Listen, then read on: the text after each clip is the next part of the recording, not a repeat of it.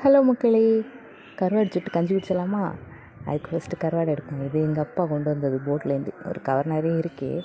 நான் அன்றைக்கி ஒரு நாள் தான் எடுத்தேன். மீனை பார்த்தோன்னே மீனுக்கு 2 தலை இருக்குது 4 கண் இருக்குது அப்படின்னு நான் சொல்லுவேன் நினச்சாதீங்க, சொல்ல மாட்டேன்.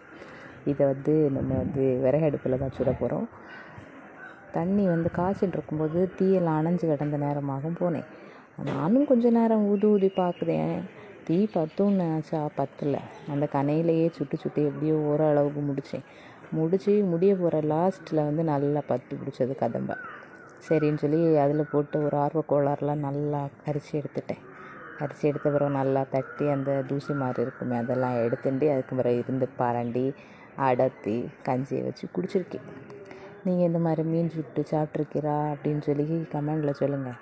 அப்புறம் வீடியோவை பார்க்குறீங்க, லைக் போடுறதும் குறவு தான், ஃபாலோ பண்ணுறதும் குறவு தான். ஃபாலோ பண்ணாலும் அடுத்து கொஞ்சம் நாளில் அன்ஃபாலோ பண்ணுது. ஏன்ட்டு இப்படி பண்ணுது, ஒரே கவலையாக இருக்குது.